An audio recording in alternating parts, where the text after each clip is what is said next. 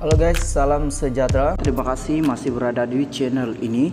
Bagi mereka yang baru bergabung di channel ini, silakan subscribe, like, comment, share supaya Anda tidak akan ketinggalan info-info yang saya akan sampaikan di channel ini.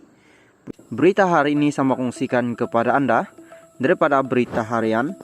Sahkan dulu dakwaan 4 ahli Parlemen Sabah Peguam.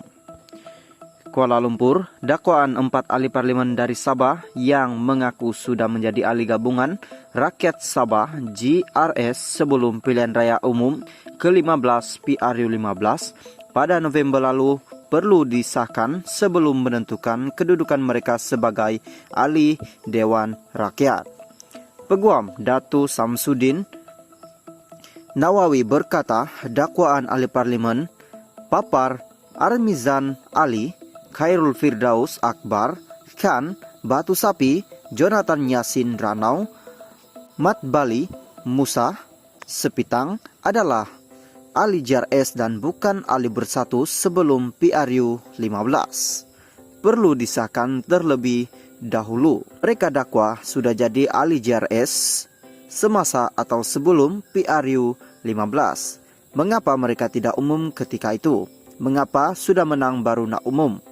Dalam istilah undang-undang kita sebut bona fide atau tanpa prasangka. Saya berpendapat mereka perlu ikut keahlian parti mereka. Kalau mereka tidak ada keahlian, makanya mereka bertanding atas tiket bebas. Saya lebih berat menyatakan mereka telah melanggar pindahan perkara 49E 3 Perlembagaan Persekutuan, katanya kepada Bah. Samsudin berkata, ada dua pendapat umum utama berkenaan isu 4 ahli parlemen Sabah yang mengumumkan mereka bukan lagi ahli bersatu Sabah. Sebaliknya, mengakui mereka adalah ahli GRS. Pada pendapat pertama, mereka melanggar pindahan perlembagaan akta lompat parti. Manakala satu lagi kata tidak, saya setuju. Mereka tidak melanggar pindahan perlembagaan persekutuan. Sebab kena ambil mereka masuk jadi calon sebagai ahli parti bersatu, katanya. Samsudin memberi contoh, apabila seorang calon bertanding dengan tiket bebas, tiket JRS, tetapi adalah ahli parti bersatu, mereka dianggap masih ahli bersatu ketika PRU 15 diadakan, melainkan sebelum PRU mereka tidak ada parti. Pada pandangan saya, berkenaan pindahan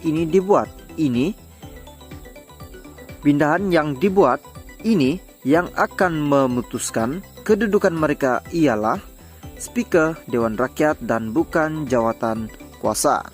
Berdasarkan fahaman saya, Datu Johari Abdul seorang sahaja yang akan putuskan, tetapi cara beliau putuskan sama dengan cara yang di Pertuan Agung melantik Perdana Menteri.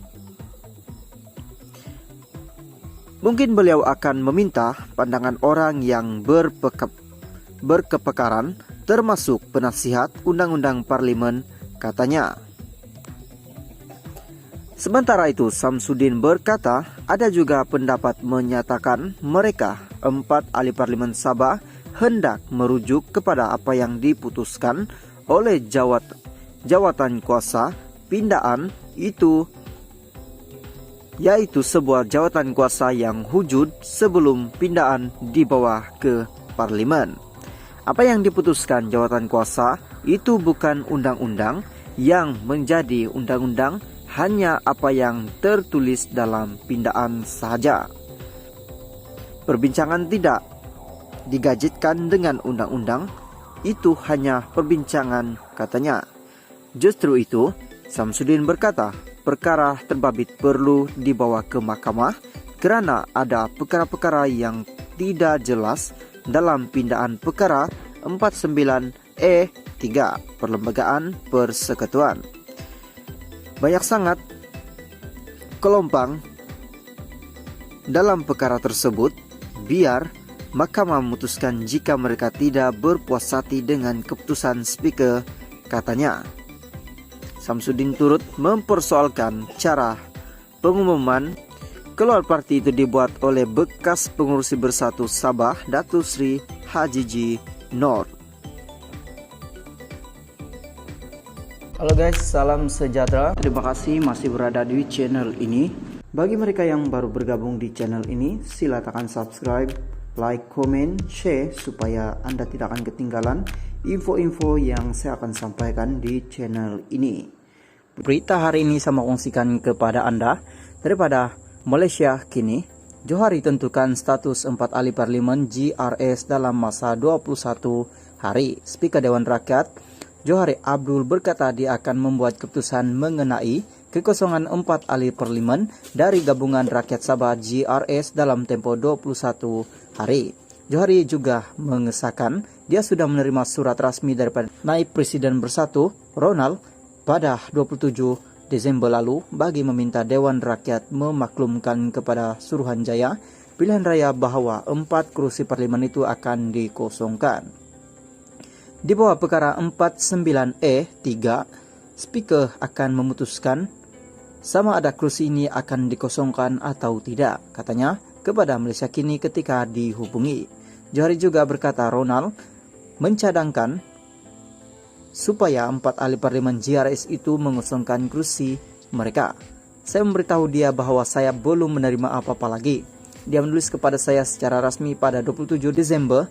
Jadi sekarang saya mendapat semua suratnya dan saya akan mengambil tindakan sewajarnya, kata bekas ahli parlimen Sungai Petani itu. Johari berkata dia perlu meneliti perkara itu dan berharap ia dapat diselesaikan secepat mungkin. Saya perlu banyak membaca, meneliti dan saya berharap untuk menyelesaikan secepat mungkin. Saya akan mencari penyelesaian terbaik bagaimana untuk bertindak balas terhadap perkara ini dan itu akan mengambil sedikit masa, katanya. Johari pada masa sama menegaskan selepas menerima surat secara rasmi daripada Ronald, menurut undang-undang dia mempunyai masa selama 21 hari untuk membuat keputusan. GRS pada asalnya berikrar taat setia kepada Muhyiddin Yassin selaku pemimpin PN untuk dilantik sebagai Perdana Menteri, namun sokongan itu berubah selepas Anwar Ibrahim dilantik menjadi Perdana Menteri. Pada 10 Desember, sekumpulan 15 adun GRS dan 4 ahli parlimen mengisytiharkan bahawa mereka keluar dari Bersatu. Mereka ia Armizan Ali Papar, Khairul Firdaus Akbar Khan Batu Sapi, Jonathan Yassin Ranau, dan Mat Bali Musa Spitang. PN mendakwa 4 ahli parlimen terbabit perlu mengosongkan kerusi masing-masing selaras dengan pelaksanaan undang-undang anti lompat parti yang termaktub dalam perkara 49E Perlembagaan Persekutuan. Awal hari ini Ronald